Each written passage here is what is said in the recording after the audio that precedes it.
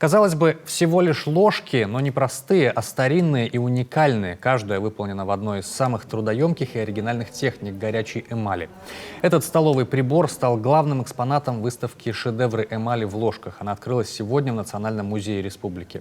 Мастера, изготовившие эти ложки, это знаменитые царские ювелиры, такие как Карл Фаберже, Иван Салтыков, Игнатий Сазиков, Иван Хлебников, Федор Рюкерт.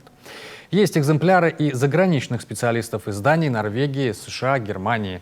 Сделаны приборы в конце 19-го, начале 20 веков из серебра, некоторые из позолоты, есть и современные. И каждый можно назвать шедевром ювелирного искусства. При изготовлении использованы самые различные виды эмали: финифть, эмаль паскани, витражная и перегородчатая, а также гильёши.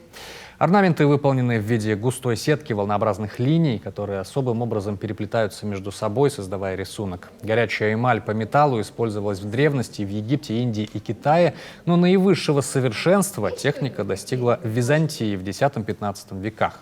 Именно у византийцев русские мастера и переняли искусство.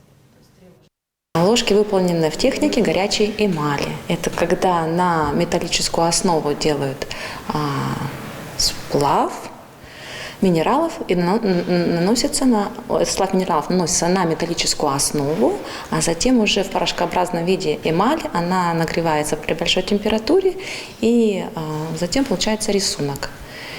То есть его можно нагревать несколько раз, много раз, чтобы получился цвет, какой вам нужен. На некоторых ложках отчетливо виден вензель в виде букв. По словам сотрудников музея, вполне возможно, что ими пользовались члены царской семьи.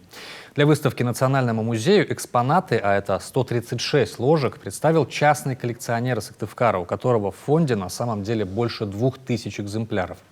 Уникальную экспозицию можно посмотреть в Национальном музее. Выставка будет работать до 18 марта.